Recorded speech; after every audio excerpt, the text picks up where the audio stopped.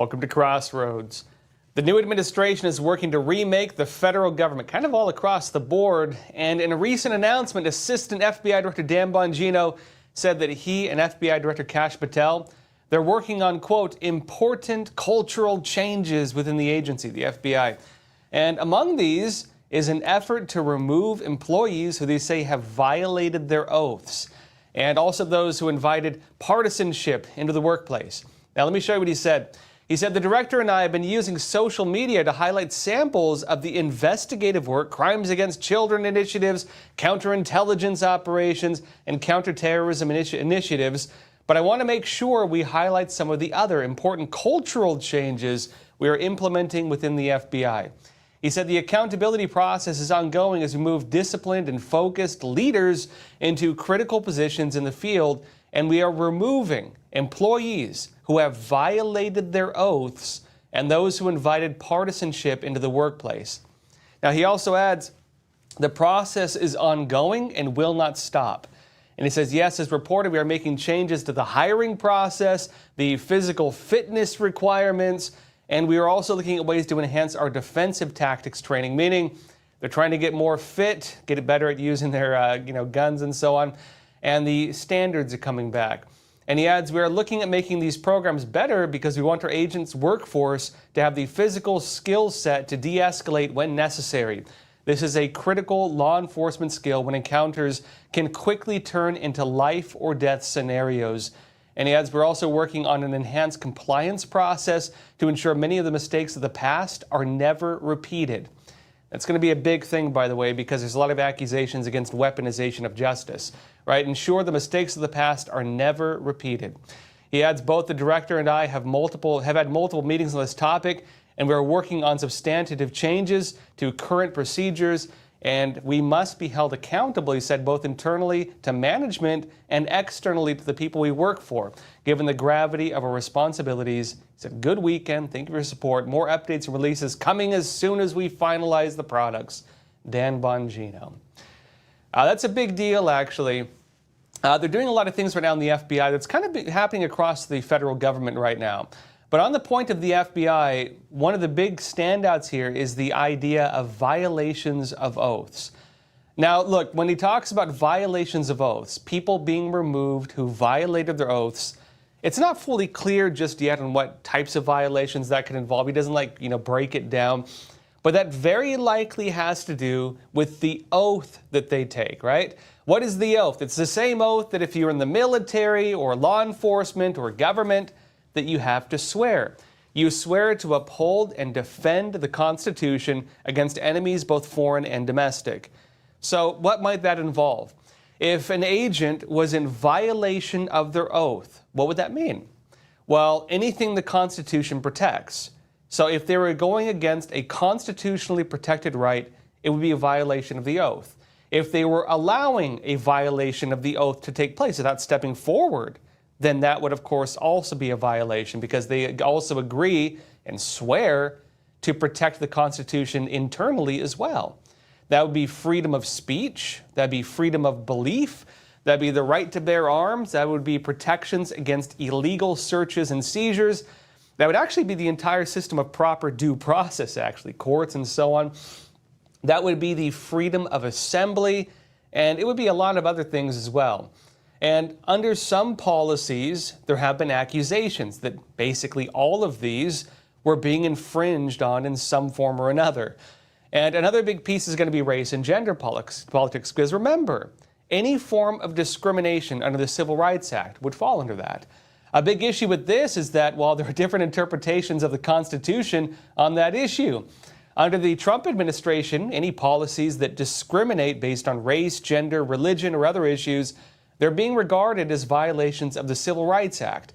And so that could mean that any hiring processes that favored one group over another, any individual who came out and was, berating one race, saying you're systemically racist or whatever else, and messing with hiring processes, that could be determined to be a violation of that oath as well. And there's also, of course, the big one. There's the issue of January 6th. The Trump administration was putting together information on every single agent, every one of them, who was involved in the investigations, who was involved in the arrests, who was involved basically in any part of it, going against people who were there that day. And now Trump, he notably pardoned just about every single one of the Jan 6ers. But there's also been a lot of talk of holding officials who were involved in the cases responsible for it. At the very least, probably firing every agent who was involved, but possibly even going so far as to holding them accountable for it. There is talk of that. Even on the note of leaks, internal leaks, because Trump's first term in office, they were dealing with a lot of internal leaks to the media. The Trump administration has new standards in place on whistleblower laws. You can still become a whistleblower. There's actually a normal legal process that, even based on current law, you're supposed to go through, where, of course, you get whistleblower protection, you go through a process, you file a complaint, and that's the process. You make it public through that process. And a lot of people have been accused of violating that by avoiding that legal process and instead just becoming anonymous sources to the media, which are, oftentimes deeply politically biased on one side or the other. And so when they do selective leaks, and they're often accused of making false statements, they act as basically being agents within the agency who flipped somehow, and they're, telling on people based on rumors. They're actually going after those people now, to the extent that Kash Patel announced they're even doing lie detector tests. And there's a lot of other stuff going on as well. There are the accusations of religious discrimination.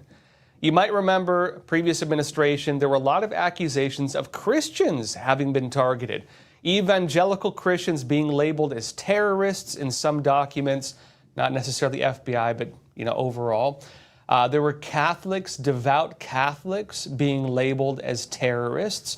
And when they look at who may have violated their oaths, that's going to be big, because in the Constitution, you can't do that.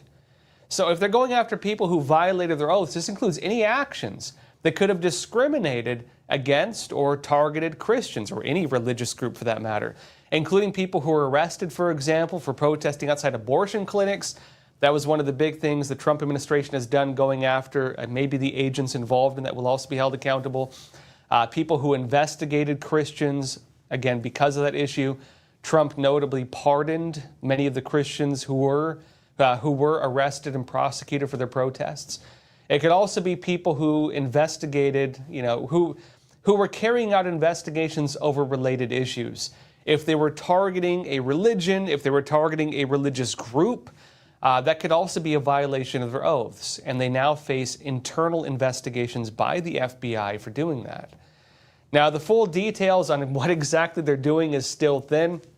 Dan Bongino, for his part, he's again just giving some comments on what they're doing. For a lot of the country right now, I think there's a lot of pressure on the FBI, even from the conservative side, actually. A lot of people are saying, why are they not moving fast enough? Where are the Epstein files? What are you doing? From their side, they'll say, well, look, we've only been in office not that long. It's only been a few months. And of course, criminal investigations, they tend to take some time, usually at least a year or two. But they are saying they're going to move quickly, getting information out. We'll see what happens. When it comes to, again, the internal investigations, there have been a lot of rumors and talk, and frankly, a lot of whistleblowers coming forward, talking about a lot of pushback and resistance within the agency. Not all of them are in political agreement with Dan Bongino or Kash Patel, so they're facing that. But when it comes to the investigations of whistleblowers, oath breakers, and so on, this could have a big deal, because this could also tie in with one of Trump's big day one orders. You might remember, what did Trump do when he came into office? One of the very first things he did was he launched an investigation into what he and others called the weaponization of the government. People who were taking the arms of the government, the entire legal system, even the intelligence community, and weaponizing it politically. That was the accusation, at least.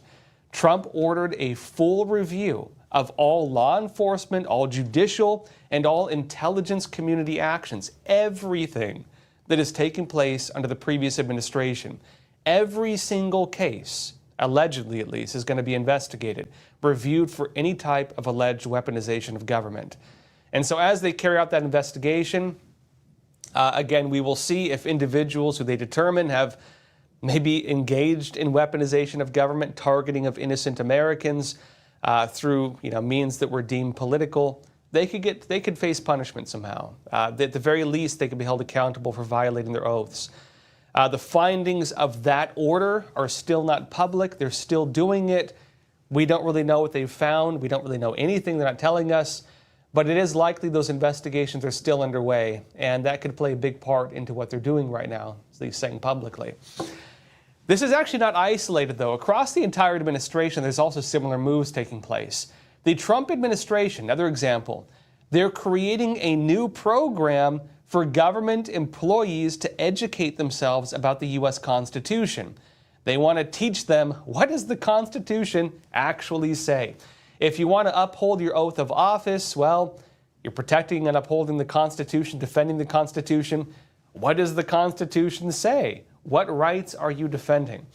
Now, this new class is being created under the Office of Personnel Management, OPM. It aims to help government officials follow their duty to protect and uphold the Constitution. Real Clear Politics said this. They say as the administration continues to remake the federal bureaucracy to President Trump's liking, the Office of Personnel Management has developed an intensive new program, a training program for those aspiring to join the senior executive service, the upper echelon of government employees. A lot of people have framed this as like the deep state. Basically, it's like the middle managers of the government. That's basically what it is. It's the middle managers, but they're also the ones who oversee different departments, different areas. These are not so high of positions that they would be like, presidential appointees normally. But Trump, of course, changed some of the laws so he can fire people more easily, so they kind of are now appointees, which gives them more ability to deem what is necessary for the training to ensure they're carrying out their oaths. It notes that per an OPM memo obtained first by Real Clear Politics, the syllabus, the class at work, includes work grounded in the U.S. Constitution, quote, founding ideals of our government and Trump's own executive orders. You might wonder why Trump's executive orders are included in a constitutional training class. Draw your own opinions on that. But from a basic standpoint, it's because if the president does make an order, first off, they do have to outline the constitutional arguments for it. But in terms of agencies having to carry out the orders of the president, right now, if anybody's not doing it, they do face being fired, and so they are doing that. Some would argue that may be questionably constitutional because there are, of course, legal cases, some of which may have to eventually go up to the Supreme Court to determine whether these orders are constitutional or not. And should a government employee choose to block it because they believe it might not be constitutional, that's a whole other argument. We will see. But it adds back on this program. The development program requires 80 hours of video-based training and culminates in 2 days of in-person training in Washington, D.C. It will affect government employees across the administration and disparate agencies and go live this September, not too far away. It said the stated goal, quote, ensure that SES officials uphold the Constitution and the rule of law and effectively serve the American people. It notes this is the latest effort in the ongoing campaign to crush what the White House sees as an unaccountable administrative state. The idea that they're ruling based on political opinion, not based on constitutional standards. That's, if you want to break down the entire argument right now politically, that is the argument. The big argument is that weaponization of government represented a politicization of government, partisan politics seeping into how things are being interpreted. The new move is to base things purely on the Constitution and what the Constitution stands for. Now, note this as well. Trump began slashing and burning his way through the agencies as soon as he returned to office, with a particular emphasis on the senior executive service. Many people have not probably heard of the SES, the senior executive service, but it's becoming a lot more important because people call it the deep state. Again, this is effectively the office or the service of your middle managers, your middle-level bureaucrats. It says normally little noticed and non-controversial, they are the elite of career civil servants who serve just below presidential appointees and wield tremendous influence over federal levers of power. If you want to be a conspiracy theorist, you could say that Trump is re-educating the deep state. In reality, it's just the unelected officials who are just below that threshold, who again have a lot of power over what each agency does. That's what effectively they are. Now, the challenge in the United States is that while many people swear oaths to uphold and protect the Constitution, there are actually a lot of ways the Constitution is interpreted. Generally speaking, Republicans say it should be interpreted as it is. It should be interpreted as it was written in the time of the Founding Fathers. Many Democrats would argue that it should be viewed as a living document and interpreted in light of current mentalities and current issues. In other words, Republicans have more of a strict, by-the-book interpretation. Democrats tend to have more of a flexible interpretation where they bring in a lot of current ideas and revisions to language and so on. It's basically one of the key functions of the Supreme Court also to determine, how do you interpret the Constitution? And even then, as we have seen, Supreme Court justices, they do tend to be divided on how they interpret things. So even the Supreme Court, they're not 100% one way or the other in terms of how to interpret the Constitution. So even if you're talking about individual service members, police officers, mid-level bureaucrats, there's a lot of ways you could view this, right? This oath to office. But it is the nature of our country. If you're in the military, if you're an elected official, if you're in law enforcement, and actually if you're in quite a few other key positions, you do take an oath to defend the Constitution. And with this new educational program, they're allegedly now launching to inform officials on that. It's still a question on how do they interpret it. That's the big question, right?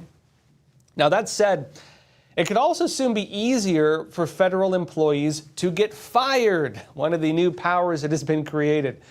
Now, that used to not be the case. It used to be the case if you're one of these mid-level bureaucrats, it was very hard to have you fired. Even the president could technically not remove you from your position. It was very hard for a federal employee to lose their job. Kind of like the teachers' unions. A teacher in the American education system, they can do really terrible things, and they just get reassigned to another district at worst.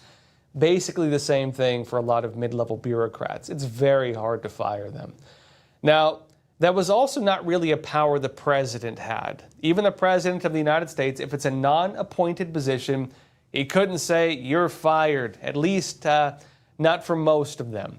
But things are a-changing, it seems. Before Trump left office during his first term, he created new laws that allow him to fire people. And they just did that effectively by redesignating mid-level bureaucrats as appointees, effectively. And what that means is all of them, if they're not deemed to be working hard, if they deemed to be in violation of their oaths, if they're deemed to have other issues, Trump himself could fire them. And that, alongside new designations and even other programs, they're giving this power now to remove people who are deemed unfit. Case in point, the Trump administration, they also just rolled out a newly proposed rule. And what does it do? Well, it cuts through the red tape that made firing federal employees difficult. This is OPM, their official website.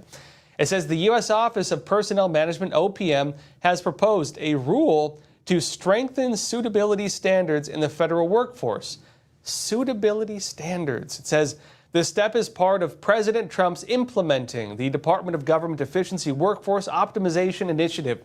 In other words, taking the ideas of the DOGE department and bringing it into the effectively, OPM, which is, it's kind of like the HR department of the government. They're the ones in charge of hiring and firing and determining whether somebody has issues or not. They're basically the government's HR department, OPM.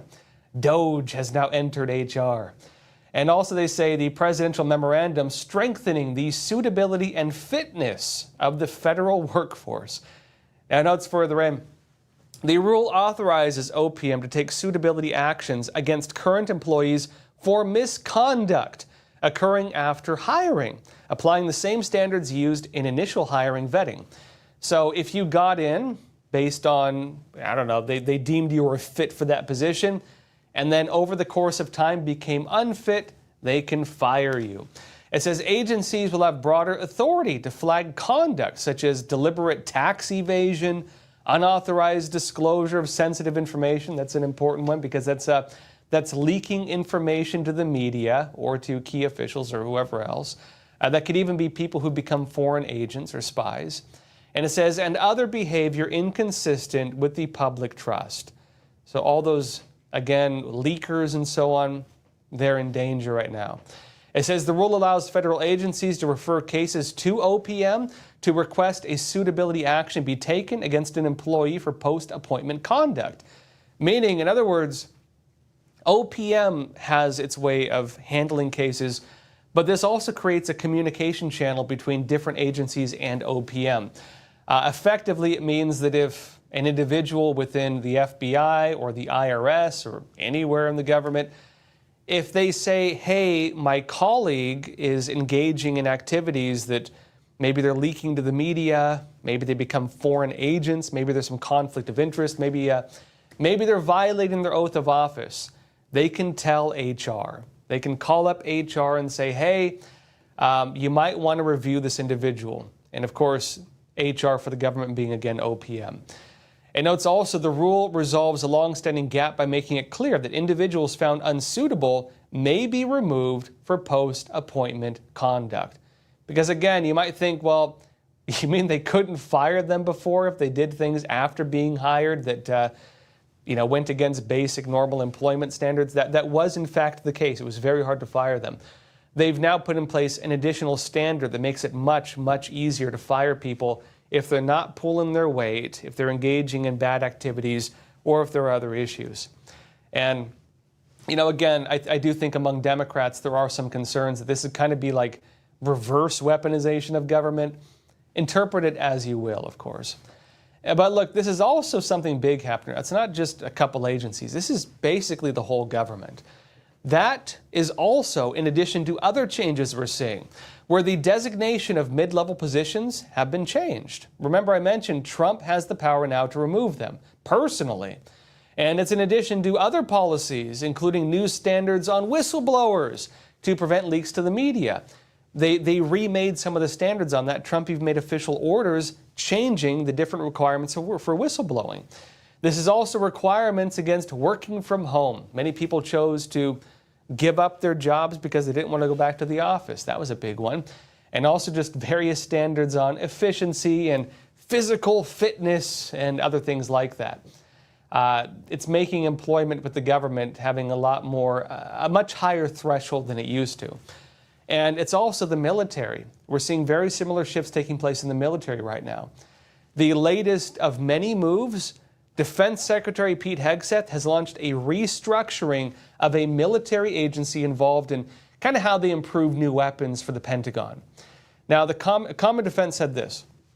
It said, in a sweeping move that underscores the Pentagon's evolving America First defense strategy, Defense Secretary Pete Hegseth has ordered a dramatic restructuring of the Office of the Director of Operational Test and Evaluation, ODOT&D. It says the shakeup includes slashing the office's workforce by more than half. It's a lot of people being fired or more likely moved to different positions. And it also says installing a new interim director to lead the transition. It says the changes outlined in a memo released publicly today reflect what Hegseth calls a push for greater operational agility and resource efficiency within the Department of Defense. And notes further in, the reduction represents more than a 50% cut and is expected to save over $300 million annually, according to a defense official. It also adds the Office of Operational Test and Evaluation plays a vital role in validating new weapons and military platforms for the Department of Defense. Now, that's a big deal, of course, because when it comes to evaluations and approval of new systems for the military, there have been a lot of accusations of special interest involved in this. I want to be clear, they're not stating this publicly as their reason for doing it, but this is something that's been said alongside a lot of these issues. Some people talk about special interest in terms of what gets approved and what does not. And if they're changing the leadership, firing a lot of people, they might look at people, well, did you used to work in this agency? Are you in communication with a private business that may be trying to get this thing approved?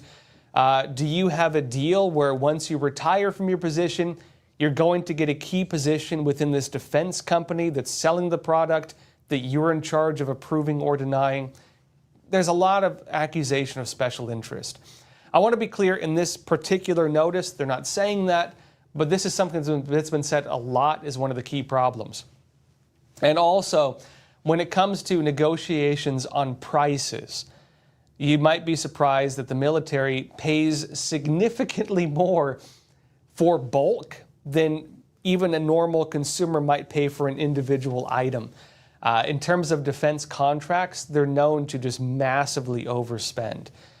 Is that because of just bad approval processes? Is that because of bad business deals? Or is it because of special interest? Maybe a little of all of the above. But they are looking at reviewing some of that. Trump in particular has been very critical of this, and he wants to renegotiate even a lot of the existing contracts. This office and the changes to it could have a huge impact on that. And even aside from that, other things going on, the Pentagon is putting in place other initiatives to reduce the number of high-ranking officers. They want to, for example, have fewer generals. And anybody who's been in the military knows this. There's a different culture between like your normal enlisted guys and the officers to an extent. I mean, you have a lot of fantastic officers too. But there does tend to be a cultural difference. Pete Hegseth, in terms of where he's coming from, he was not a general. He was more like a normal service member. It's not common, in fact, I don't know if it's really happened before, very rarely, for a normal enlisted troop to be appointed to the top-level position of the military. Normally, they choose from generals. Normally, they would appoint a general to become, again, the defense secretary. This is a very uncommon move. But he does represent more the boots on the ground, kind of the brass and those guys. And he's, to an extent, changing the culture of the military, it seems, to put less emphasis on the officer class and more emphasis on your normal enlisted troop. They're reducing the number of high-ranking officers as part of that. And they're also shifting more focus as well to other things, such as, for example, removing transsexual service members. That is also going to be part of, very likely, the purge of the high-ranking officers. Because what was happening under the previous administration, you had a lot of people who were part of that whole trans movement or other related things who were getting leadership positions. Under current law, now approved by the Supreme Court, they can actually remove them. They're deemed unfit for service. And the argument there is, well, they need additional medical treatment, they might have underlying issues, and that makes them unfit for being deployed in combat. And so if they can't fight, they can't serve, and that's the argument, the one they're using at least. They're also removing various programs on issues related to gender and politics. So anybody who was in the military engaged in programs educating people about inherent racial stereotyping or inherent bias or anti-white training or something like that, they're probably getting purged as well. They're probably losing their jobs. And they're also creating new programs, new standards on physical fitness. Troops need to be able to, again, be in such a state where they can go and march and carry a big, heavy rucksack up a mountain and deal with things like that. They have to be physically fit. And so, unfortunately, a lot of troops who have not done that, they're being held to much higher standards, fortunately or unfortunately. Pete Hegseth, notably, he's been touring to different bases. As part of that, he's doing a lot of PTO with them. He's doing push-ups, he's doing pull-ups, he's doing jumping jacks. He's really promoting this new image of the military, of being strong, being physically fit, being mentally strong, not being offended by everything. And there's a big, big cultural shift on the military front with this. Now, I think you take this as a whole, what's happening? The big issue here, the shifts that we're seeing taking place, whether it's OPM, whether it's the Pentagon, whether it's the FBI and Dan Bongino talking about their actions right now, whether it's Trump being like the Eye of Sauron, looking for anybody in violation of these things personally and able to remove them individually. All of this represents one big thing. This is a fundamental shift of our entire government. This is a whole of government change taking place. They are changing the culture of the entire government right now. This very likely could lead to a lot of firings. A lot of people could lose their jobs. And it also could lead to a lot of people maybe retiring early. It could lead to a lot of people maybe being demoted or moved to different jobs or so on. It could also move to people just choosing to quit. And of course, the Trump administration has also been encouraging that by creating, little golden parachutes, not big golden parachutes, but little golden parachutes, where they can get paid for a very long length of time while they look for a new job. This does seem to be part of a bigger campaign. And what's important with that is that as people are removed, they have new hiring standards in place. And so the new vetting programs, the new way of looking at who should have the position and who should not, depending on which side of the political aisle you're on, you could view it as a very good thing or view a very bad thing. For Republicans, it means you're going to have people who are more traditionally patriotic. You're going to have people who are more in line with a by-the-book interpretation of the Constitution. They're probably not going to be hiring people who have gone along with, DEI-type ideas, diversity, equity, and inclusion. In other words, anything around race politics, gender politics, they might not hire them because even Trump's executive orders create standards against that. Same thing with people who've gone all in with environmental politics. For Republicans, that's a great thing. For Democrats, they might view that as a very bad thing. And so you could also argue on the Democrat side that this is something that is purging people who've held on to what were deeply Democrat Party values and are now favoring for the hiring process and the promotion process things that are deeply conservative values. This could result in a very different type of government. This could represent a culture change of our government, and also something that could impact the color of the agencies, political color, of course. Now, that also includes a discussion going on to move some agencies out of Washington altogether, and that will effectively change the culture of our entire government. Even partisan politics aside, that will undo the kind of interrelationship between agencies within the Washington system. Some argue that'll make the U.S. government less effective. Others argue, on the Trump side especially, that it will embed and integrate the government more into the general culture of the United States. The entire narrative you have in the quote-unquote ivory tower of flyover country will probably cease to exist, because quote-unquote flyover country will be where different agencies are actually located. You will have an integration of the government in normal America, and that will undo, very likely, some of the culture that exists specifically in Washington. It seems across the board here, we're seeing major changes. And the focus is on changing the culture in Washington. Big shifts, right? Now, folks, in other news, law enforcement, they just briefly arrested a congressional staff member. This seems to be a pattern we're seeing. This incident took place while officers were investigating whether this office was harboring rioters. I'll be talking more about this after a quick break. Experts agree. One of the best ways to protect against financial uncertainty is to diversify your portfolio. Learn how physical gold and silver can secure your retirement funds from today's economic challenges. With a gold IRA from American Hartford Gold, you can safeguard your wealth with no penalties or taxes when you transfer your current qualifying retirement accounts. Call now and our precious metals specialists will send you a free information kit, no cost or obligation. American Hartford Gold, a trusted industry leader with an A+ from the Better Business Bureau, has a 5-star rating from thousands of happy clients. Whether you are getting physical precious metals in a gold IRA or delivered to your doorstep, we offer only the highest quality gold and silver. For your peace of mind, we also offer a no-fee buyback commitment, a low-price guarantee, along with free shipping and free insurance. So don't wait. Call the number on your screen today and secure your financial future.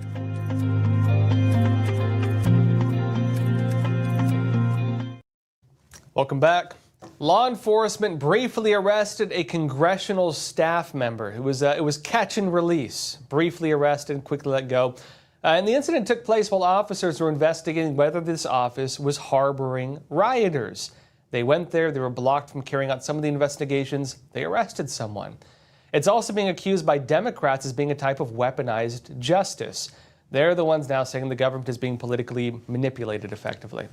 CNN said this: federal agents with the Department of Homeland Security handcuffed and briefly detained a staff member in New York Representative Jerry Nadler's Manhattan District office on Wednesday, according to a statement released by the congressman. Representative Jerry Nadler is again saying that this is a shocking escalation, that they're sending police into a congressional office, and is of course very unhappy about it. It notes in the footage, a second staffer stands in front of the agent and asks if he has a warrant and says, quote, "You're harboring rioters in the office," the federal agent is heard telling her before walking in. In the background, the handcuffed aide is heard crying while someone tries to comfort her. In this full video, which was recorded by one of the staff members or one of the individuals there, you do see to the right an officer handcuffing a woman. You can hear her crying. There's a second officer at a doorway. One of these staffers is blocking the officer from going further in. She's asking, "Do you have a warrant?" Effectively saying, "Show me your legal pass to do this." The officer makes it clear that he does have the legal right to be there. She then escorts him further in. We don't know what happens from there because the cameras don't follow.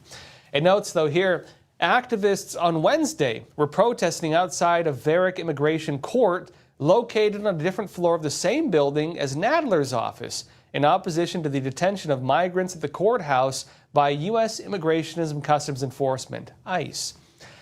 The basic allegation is this. You have, of course, people being deported. You have a lot of ICE detention centers. Democrats are very much in opposition to this, the deportations taking place. They've been going places personally. Some have been arrested personally for doing that, especially if they assault police officers or refuse to leave if they're told to leave. Others argue that they're being blocked from doing their jobs when that happens. But of course, because this is a partisan issue, if a riot takes place, if people turn violent, and if those people are in fact working with their local representatives, it creates a big question of, well, are the representatives liable for individuals they're working with if the things turn violent or they attack a police officer, or if they're in violation of some laws? And can they harbor people in a way that would protect them from being arrested? These are some big legal arguments we're going to see coming up right now. And we've been seeing a lot like this. I noted there was the recent arrest, one of the big ones, Newark mayor. He was arrested at an ICE detention facility in New Jersey. The mayor was let off. They actually dropped the charges against him. But a representative, a congressional representative, is now facing criminal charges for assaulting officers. The initial report claimed, they said that the woman body slammed one of the officers. It turns out it wasn't like a WWF body slam. The video shows her using her body to ram into one of them. There will be, of course, a lot of legal arguments over whether that was legal or not, or whether that could be assault on an officer. She is facing criminal charges now. She says she's innocent. They say otherwise. There were also 2 judges who were recently arrested, something you normally don't see happen. One is accused of harboring an illegal immigrant and even deleting evidence which would have shown possible criminal activity of that illegal. Another was arrested for allegedly helping an illegal immigrant evade law enforcement, actually bringing him through a back door of the court so that ICE agents would not arrest him. That's the accusation, at least. On her side, she would argue that state law would potentially prevent them from handing things off to ICE. If you have sanctuary city laws in place, they can't really do that. The federal government is arguing that sanctuary city laws could be a violation of the law in general, because it could be harboring illegal aliens or interfering with the jobs of federal agents, in that case, ICE officers, again, deporting people, in that case, who are criminals. So if you're harboring a criminal, if you're inhibiting or interfering with federal officers, you could be arrested. The message from the Trump administration is that standard applies to elected officials as well. There's no two-tier justice. Even if you're a judge, even if you're a Congress member, they're saying you could be arrested. From the Democrat side, they're saying this represents an overstepping of government that is affecting the ability of judges to enforce local laws and also affecting the ability of Congress to carry out actions of oversight, right? The administration is telling elected officials if they obstruct justice, they will be arrested. And they're interpreting that to a very strict degree. Democrats are arguing this is an overreach of the justice system. They're saying now that the Trump administration is weaponizing justice. The tables have turned effectively. And they're also saying they're preventing officials from doing their jobs. Again, like blocking representatives from carrying out local oversight. Interpret it as you will. But this is going to be a bigger legal argument we will probably watch go to the Supreme Court eventually. Now, on another issue, speaking of these protests, speaking of issues that some people are probably questioning whether they should have gotten behind, there's a big crisis right now in this country where you do have some of these pro-Palestine protesters carrying out terror attacks or carrying out acts of murder. So far, even when they kill people, even when they carry out attacks, they're not really facing charges of terrorism, but they are facing pretty serious charges. And this is becoming a lot more controversial because the various organizations behind these large-scale protests at universities, in front of Jewish organizations, in front of protests and so on, they are turning violent. A man was just arrested. He's being accused of carrying out an attack on pro-Israel protesters. Now, the individual is accused, again, of using Molotov cocktails, throwing them randomly at a crowd, lighting people on fire. There's video of this. It's kind of horrific, so I probably won't show you some of the more horrific parts of it. But the individual is being accused of being an illegal immigrant from Egypt. It appears that he was brought in under the Biden administration. It says he overstayed his visa and he joined the pro-Palestine movement. So this is an illegal immigrant from Egypt. Now, some would say he just overstayed his visa. He was brought in through the legal process. I've seen documents suggesting, again, we will see what comes out in the court process, documents suggesting that he was actually brought in through this kind of open border amnesty system, including documentation with a matching name to his that went through Latin America through the whole Darien Gap gateway. That he was actually brought in through the whole NGO system and filtered into the United States. The question now is, did he have terrorism issues that might have influenced this? Was he properly vetted? We don't know yet. We will see how the court cases go. Now, this attack is part of what is quickly becoming a string of similar incidents. This is not isolated. This is becoming a big problem. Epoch Times said this: the man, authorities say, carried out an attack on peaceful pro-Israel demonstrators in Colorado on June 1st, has been charged by federal officials with committing a hate crime, according to court documents made public on Monday. The individual, it says, Mohammed Sabri Soliman, 45 years old, was charged with violating a law that prohibits hate crimes involving actual or perceived race, religion, or national origin, according to a criminal complaint lodged with the U.S. District Court for the District of Colorado and unsealed on June 2nd. It notes, Soliman did not have an attorney listed on the court docket, but adds further in, if convicted, Soliman would face up to 10 years in federal prison, up to 5 years of supervised release after his term of imprisonment, and a fine of up to $250,000. Now, it notes as well that Colorado and federal officials say Soliman attacked Jewish demonstrators in downtown Boulder on Sunday afternoon. A group called Run for Their Lives organizes weekly events in the United States to raise awareness for the Israeli hostages still being held by the Hamas terrorist organization, which launched a deadly attack on Israel in October of 2023. Now, it does not seem charges of terrorism are currently on the table, but the White House had, in an official post, described this as a terror attack. The official account on X posted this. It said, Boulder anti-Semitic terror attack, illegal alien Mohammed Soliman, who set Jewish Americans on fire, entered during the Biden administration. Now, this is also not isolated. This is becoming a string of similar incidents that, look, if the tables were turned and you had conservatives or some conservative group launching attacks against Jewish Americans, lighting them on fire, shooting them, carrying out acts of arson, burning down buildings, you would probably see the entire movement get shut down. We don't yet see that happening on the other side. But this follows attacks that seem to have similar motivations. This includes, for example, the individual accused of killing a Jewish couple, a young couple getting ready to get married outside of an event, and then chanting "Free Palestine" while he was being arrested. It also includes the burning down of a governor's mansion, also again in line with the Free Palestine movement. The big concern here is that while, look, you're entitled in the United States to, again, have your own beliefs. When there's a war going on, obviously there are aggrieved parties, obviously there's two sides to it, and war only takes place when all the other means of diplomacy fail.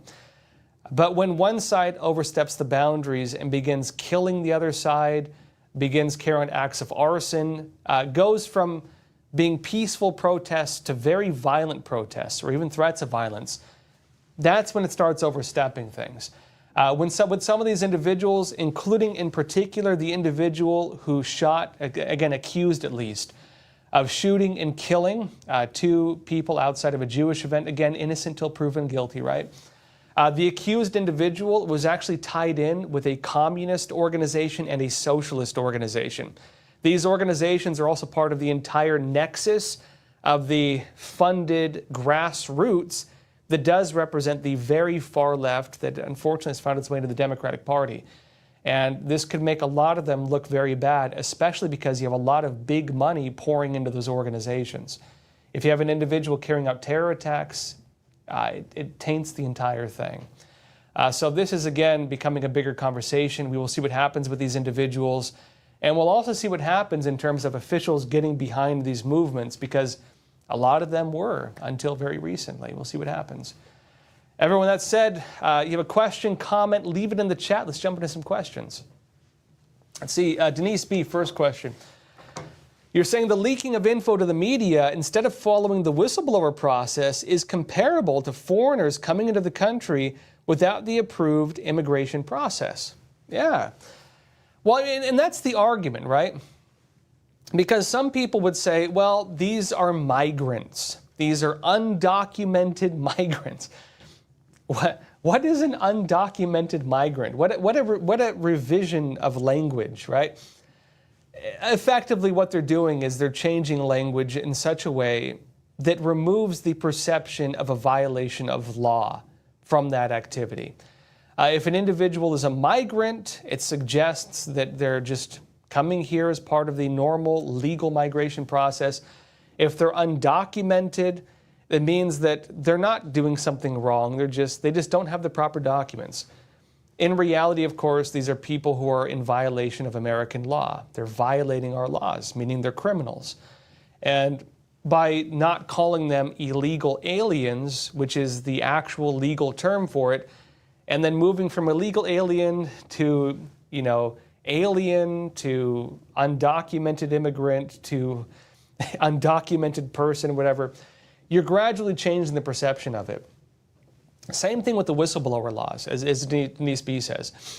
Now, a lot of people would say that, if a government agent, if a federal employee, if anybody, if a military service member sees something wrong, if they say a crime is being committed, there's corruption, there are problems taking place, there are standards to protect you in the United States. There are whistleblower protection laws. And so if somebody sees a violation of the Constitution, if they see that, hey, something is happening here that I think is not right, they have the ability to go through a whistleblower protection program. And through that, they can do things like testify before Congress, like make public statements.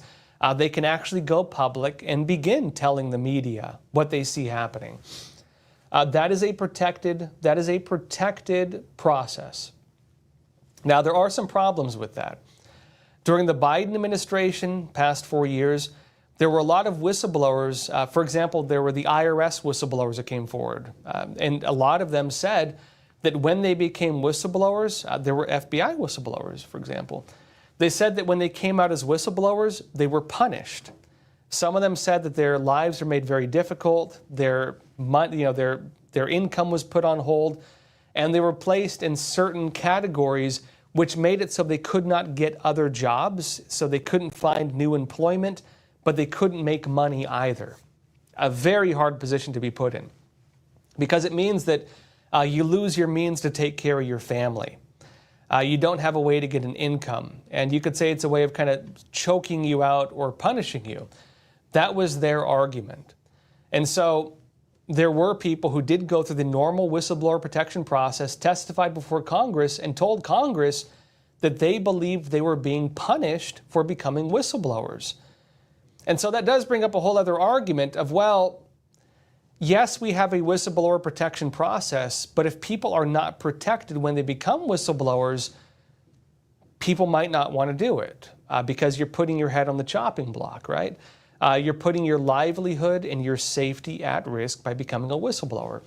That is a big concern because normally if you become a whistleblower, you're supposed to be protected. So if the system is disrupted, it doesn't work, what do you do? So that is one of the arguments people are using when they just leak, when they become leakers. They can say that they fear retribution if they go through the normal protected whistleblower process. And, you know, you could argue there were a lot of conservatives during the previous administration who say they were punished. And so now that the tables have flipped, you have a lot of Democrats saying the same thing. They're saying that they're concerned that if they, you know, come out publicly, they're saying that they're afraid of retribution. What do you do about that? What do you do about that? Well, for the Trump administration, this is a bigger issue because during Trump's first term in office, what happened is, you might remember, Trump's first term in office, it was said that he had a leaky administration. There were constant rumors being spread to the media. There were false accusations constantly. False accusations of suspicious phone calls, false accusations of wrongdoing, false accusations that Trump was working with Vladimir Putin and so on, all of which proved to be fake. It was fake issue after fake issue after fake issue, but it tainted his entire administration. And it also led to ongoing criminal investigations of him, including, for example, attempts to remove him from office. Now, on Trump's side, he would argue that that was almost the same thing as a soft coup, a coup d'etat, an attempt to remove a sitting president from office, or at the very least, the weaponization of the system within the government to undermine the President of the United States, to undermine an entire administration. Whether you agree with that or not, I think it is fair to say that there were false accusations. At the very least, the Trump-Russia accusation was deemed fake by Robert Mueller. There were no major claims other than there were basically none of the accusations held, none of them. And so the whole thing was fake, but it again did have the effect of undermining his entire term in office. And Trump now seems to be very keen on preventing that from happening again. He's doing a lot of things to stop that from ever happening again. And so when you watch them doing lie detector tests, when you see the Pentagon looking for leakers, when you see the FBI looking for leakers, both of which are doing it, by the way, including having lie detector tests, when you see Trump himself making executive orders to go after leakers, they're doing that. Democrats are arguing that he's going after whistleblowers. The technical issue here is, how do you define a whistleblower versus a leaker? And the difference is, of course, the whistleblower protection process. In my opinion, one thing they should do is strengthen the protections on whistleblowers. I think if they strengthen the protection on whistleblowers and make sure that it is not possible to have government retribution against them if they come forward, that might be something, because that is a legitimate concern some of them have, and something many of them claim did happen. Seymour Butts, you're saying, I learned a long time ago that the HR manager was the most powerful person in a company. It's kind of true, actually. It used to not be like that. I would actually say the Me Too movement changed everything. The Me Too movement, where if anybody wants to accuse anybody of, he looked at me wrong. It's usually men who get targeted. He looked at me wrong. I feel uncomfortable around him. The HR department is kind of like the Judge Dredd. It's the Judge Dredd of a business. Judge, jury, executioner. You know what I mean? Your HR lady is Judge Dredd. And they can basically determine the fate of any individual who is accused. Those who are accused are guilty, right? And a lot of these things were not like that prior to really the Obama administration. It was under the Obama administration that a lot of race politics came about, a lot of gender politics came about. You might remember the Obama administration created a lot of the new protections for transsexual stuff. They created a lot of the reinterpretation of civil rights laws to really kind of go against white people, where being racist against white people was no longer considered racism. And also, inherent systemic bias stuff, systemic racism narratives. All of these things were Obama-era policies. And then, of course, you had the whole Me Too movement. And the Me Too movement had the effect of changing the legal standards on what is a sexual harassment case. They redefined what rape is even, and how you, again, prosecute a rape case. Things that were considered legal before, maybe light flirting, are now almost deemed as rape. If you even lightly flirt, you could get fired or criminally investigated. Used to not be like that. So some people would say fantastic. Some people would say, well, gee, it's kind of hard to meet people now because men are too afraid to talk to women, probably because they don't want to go to prison, right? And so it did upset the normal way of human relationships to an extent. Men became a lot less daring. For some guys, that's a great thing. Some guys should be a lot less daring. For other guys, maybe that's a bad thing because, they're probably just happy now, like playing video games and sitting at home watching anime or something like that, because it's too dangerous now for them to try to talk to women, right? I don't know. I'm sure people have different experiences on this, and most people have probably experienced both sides of it. Most people have probably experienced people who are creepy, and they've also experienced people who they kind of wish would talk to them more. You know what I mean? But in terms of the law, the other big thing they did was they made it so that an accusation counts as evidence. And so that also led to a lot of false accusations. And so Trump, for example, would argue he was targeted by this, even to the extent where they changed statutes of limitations to enable him to be criminally charged for things that technically were past the statute of limitations. They changed the laws to allow him to be charged and then changed the laws back so that other people could not be charged like he was, for example. And the problem many people have now is that if somebody accuses you of something, saying, hey, back in like 1990, this individual assaulted me, there's no evidence, there are no witnesses, there are no records, there's no video, there's no audio. The only thing that exists is a person making an accusation.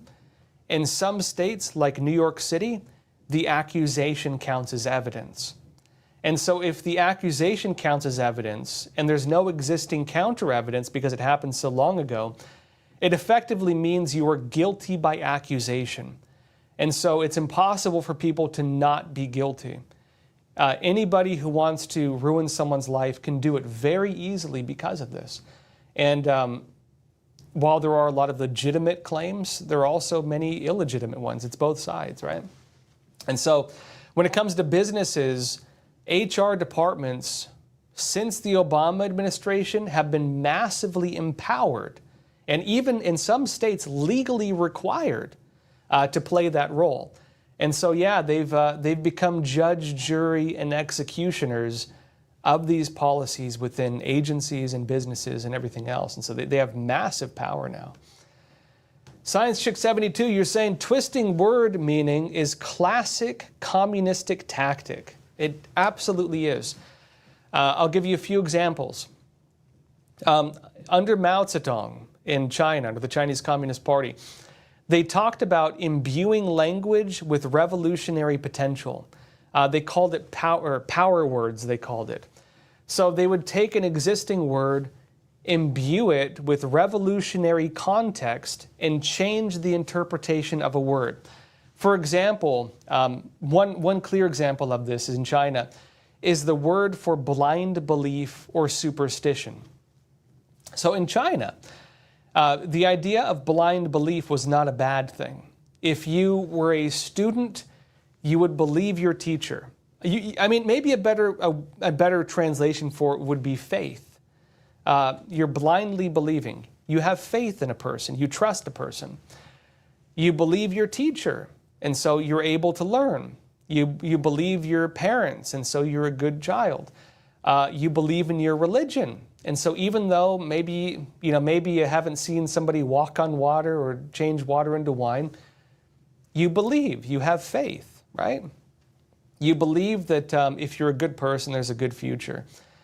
That's faith. That's belief, right? The Chinese Communist Party changed the context of that word to mean something negative. So it was like you were a superstitious fool if you believed anything. They use that to label religion. Religion is just superstition. They changed it as a way to go against students believing in their teachers, because during the Cultural Revolution, they were actually encouraged to beat and kill their teachers. They had a huge movement to kill their teachers. Horrible thing, by the way. And that was also under the idea of blind belief and superstition, and against a lot of other things. The only thing you were allowed to blindly believe in was good old Mao Zedong himself, who claimed that he was effectively taking the seat of God himself.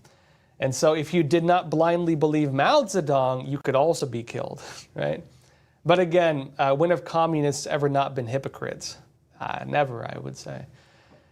Same thing in a lot of other countries. I mentioned before that even in terms of the way constitutional interpretations are made, a lot of that is based on new interpretations of language. For example, the Civil Rights Act is a big one right now. In the United States, there are constitutional protections against discrimination. You are not allowed, the government in particular, is not allowed to discriminate based on race or religion or creed or anything like that. That means, traditionally, if you go and apply for a job at your local government office and they say, no, we're not going to hire you because you're Asian, or we're not going to hire you because you're black, or we're not going to hire you because you're white, under a strict reading of the Civil Rights Act, they would be committing a crime. They would be in violation of the law, and you would have an ability to sue them or even file charges against them. Because again, that would be a violation of the Civil Rights Act. They've changed the interpretation of it in such a way where they say that discriminating against some people is not discrimination, which is ironic because the very term discrimination would suggest, again, discrimination. But because they've changed the language, it changes the legal interpretation. For example, now you have universities and businesses and government agencies saying that this is only open to colored people, which, if you go to like Jim Crow era America, where you had like the colored people water fountain and then like the black people water fountain, I think we could all agree that was a bad thing. When you had the buses and only white people were allowed to like sit at the front, and if you were a colored person, you had to sit at the back, so they had like designated colored or not colored people. I don't know what word you want to use for it. Areas, right? Segregation. Wasn't that the reason we created the Civil Rights Act? Am I getting this wrong here? Wasn't the entire purpose of the Civil Rights Act to stop that? And so now they're bringing it back, and they're saying that the thing that they're creating to end the problem is using the very thing that was identified as the problem in the first place. Like, how does that make sense? Right? But if you want to get to the reason for it, it's because they changed the language. They instead of interpreting racism based on race, they interpret racism based on social economics and outcomes. And that's the way they've done it. They argue it based on systemic racism. And so the government is only not racist if they, in other words, they're only not discriminating if they have exact percentages of races. So if Black Americans represent like 15% of the race, that would mean that like 15% of the positions have to be Black Americans. If white Americans represent a certain percentage of the race, they have to have a certain percentage, and so on, right? And that's the way they interpret it, equality of outcomes. The irony is that it even hasn't worked like that. You have some government agencies where it's like no white people, and they're like, look at how diverse we are. We've achieved diversity by eliminating diversity. But that's not what matters, because again, social economics, right? So yeah, to Science Chick 72's point, the changing of language, you can change law by changing language. You don't have to change the law, you just have to change the language. And there are people who are aware of this. There are people who use it. Case in point, as you mentioned, communists do it. It's one of the tactics they use. And again, we can point to many communist movements, one of many examples being what Mao Zedong did. JA2559088, you're saying we fought two wars against communism. I can't remember how many conflicts against communism, but yet communism isn't a crime in America. Kind of strange, isn't it? Yeah. You know, there have been talks about whether you can make communism illegal, right? Of course, I believe you're referring to the Vietnam War and to the Korean War, right? We did fight against communism, and we fought a lot of little wars too. I would even argue that even some of the anti-terrorism wars we fought were also wars against communism, because terrorist movements, a lot of it was because of communist integration into a revision of Sharia law. The Taliban, for example.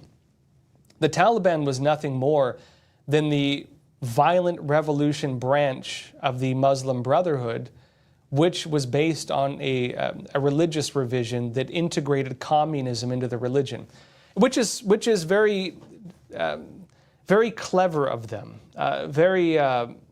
Because what does it mean? This is the argument. This has actually been explained to me by some friends of mine who are Muslim, because they're aware of this and they really don't like it.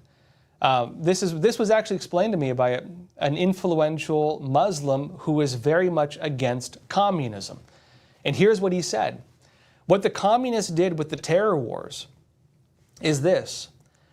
Because in some of those countries, blasphemy is against the law, right? So you cannot criticize religion. You will be arrested, you will probably be killed if you criticize religion. So what did the communists do? As a method of protecting themselves from being persecuted or killed or whatever else, and as a way to do whatever they wanted while making what they did unquestionable. All they did was turn their communist revolution into a new religious movement. And so they put on the robes of imams, right? And they said, and then they merged communism into again the religious teachings, and that made it so that if you disagreed with them, if you questioned them, if you didn't follow them, they would call you an infidel and they would have you murdered. They manipulated the religion as a way to protect them from again being killed or questioned. And what that did was it created an unquestionable communist movement. And look at what the communists have done in those countries. A lot of people talk about the price of terrorism. That we're watching Jewish people right now face a lot of that. But actually Muslims have faced a lot of this. I have a very good friend from Algeria, and she grew up in a Muslim family in Algeria. And she remembers when the communists took over in Algeria, terrorists, right? And they were killing people. Her family had to flee Algeria. They went to Romania. They were killing people. They were killing Muslims. to the extent where they were even pulling over buses, pulling everybody out and just murdering them. So, you know, they were also massively victimized by this. Muslims were victimized by these violent terrorists. And again, it's because of the reinterpretation of the language and how they manipulated it to use the religion, not to actually represent the religion, but to use it politically. And as I've said over and over again, if these terrorist groups really cared about religion, why are they not making a big deal about the Chinese Communist Party persecuting, murdering, and enslaving Muslims? Why do they have no problem with that? Why does the Palestinian Authority work with the Chinese Communist Party? They met with Xi Jinping right before the October 7 attack. Why does the Taliban work with the Chinese Communist Party? They personally, the leaders of it, personally met with Xi Jinping right before the takeover of the Bagram airfield and the takeover of Afghanistan. Why does Pakistan work with the Chinese Communist Party? Why does Iran work with the Chinese Communist Party? When the Chinese Communist Party is probably, and I'd say, factually accurate, the most serious persecutor of Muslims in the world, by numbers. They can all, again, point to Gaza and say, how dare Israel do this? But why don't they point to the Chinese Communist Party and say, how dare the Chinese Communist Party do this? When they harm of Muslims, when they enslave Muslims, when they massively persecute Muslims. Why is there a double standard? The simple answer is this: because it is not about religion, it is about politics. It is about politics. And again, it is because this was never about religion. It was always about politics. And the communists found a way to do that, right? So back to JA 2559088's point. You're saying, why is it not illegal to be a communist, right? Well, you know, in the United States, you do have protections on free speech. In the United States, you do have protections on belief. The other argument with that, though, is that communists, because even the Democrats, they would say that there are some limits to this. They would say that if you advocate for violence, if you call for violence, then you have overstepped the boundaries of free speech. What does communism call for? Communism calls for violent revolution. Communism calls for the violent takeover of all pre-existing ideologies, right? Communism calls for the killing of certain classes. Communism calls for the killing of certain individuals. Communism calls for discrimination. Communism calls for all these things. And so you could argue, even if somebody does not believe in, maybe they don't believe in the killing side of it, but they believe in discriminating against people based on class or religion or race, because communism has been reinterpreted through critical theory, into being critical race theory and critical gender theory and critical everything theory, meaning that by the very nature of themselves believing in this, they are inherently discriminatory against certain classes, races, genders, or groups. At the very least, that should make them ineligible to hold government positions, because they hold an inherent bias that is coloring their interpretation of law and coloring their actions. I think at the very least, if somebody believes in critical theory, if somebody believes in critical race theory, critical gender theory, critical anything theory, they should be held unfit for office. And you could make a very strong legal argument for that. And I believe that if anybody openly calls for violence, openly calls for violent revolution, case in point, the Weather Underground, the communist movement in the United States that during like the 60s and 70s was carrying out terrorist attacks, they even bombed the Capitol building, they killed police officers. The leader of that movement was saying that if they ever took over, they believed they had to kill hundreds of millions of Americans. They were calling for the mass murder, genocide of Americans. You have former Weather Underground members now having high-level advisory positions. How is that legal? You tell me, because I don't think it should be legal. And so, yeah, I think that is what. Yeah, James Dyson, kill the boar. Yeah, they don't really mean kill the boar. They just call for violence and say that they have to kill people and it's part of revolution. Yeah, James Dicey also mentioned Ibram X. Kendi, this kind of reverse discrimination idea. Again, this at the very least should be held as violations of the Civil Rights Act if people actually believe in these things, because it does represent an inherent belief that they are putting into practice of discrimination under the guise of stopping discrimination, like reverse discrimination and so on, right? I don't see how it's legal.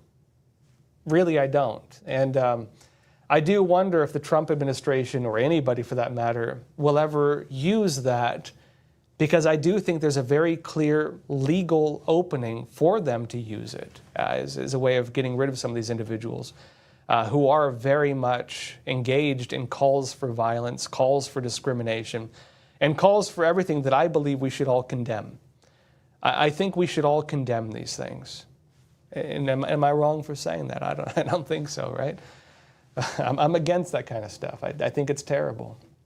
All right, everyone. That said, it's Tuesday. Thank you so much for being here. Let me know. What do you think? Do you believe that they should maybe have a question on government forms? Are you or have you ever been a member of a communist party? Or maybe they should expand it. Do you believe in radical discrimination? Do you believe in critical race theory? Do you believe in critical gender theory? Do you believe in violent revolution? Do you believe that if you're going to become a government employee or receive government money, that should be a question on the tests? Do you believe that this thing should be legal or not? Let me know. I'm curious what your thoughts are. Tell me in the chat. Quick note, folks. I'm going to be in California. I'm going to be speaking at an event in Orange County. That's going to be Thursday. Let me see the details on this. June 5th. You can RSVP at ept.ms/decode trade war event.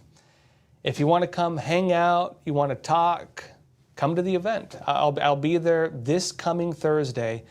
It's an open event. It's a fundraiser, so it costs a bit to get in. It's not that expensive, but it'll be a fun event. Come join me. I'll be in California, Orange County for this. Link for that is in the chat, and we'll see some of you there, hopefully. That said, everyone, thank you so much for being here. Join me again tomorrow, 10:30 a.m. Eastern Time, and as always, please take care of yourselves, stay informed, stay free. Thank you.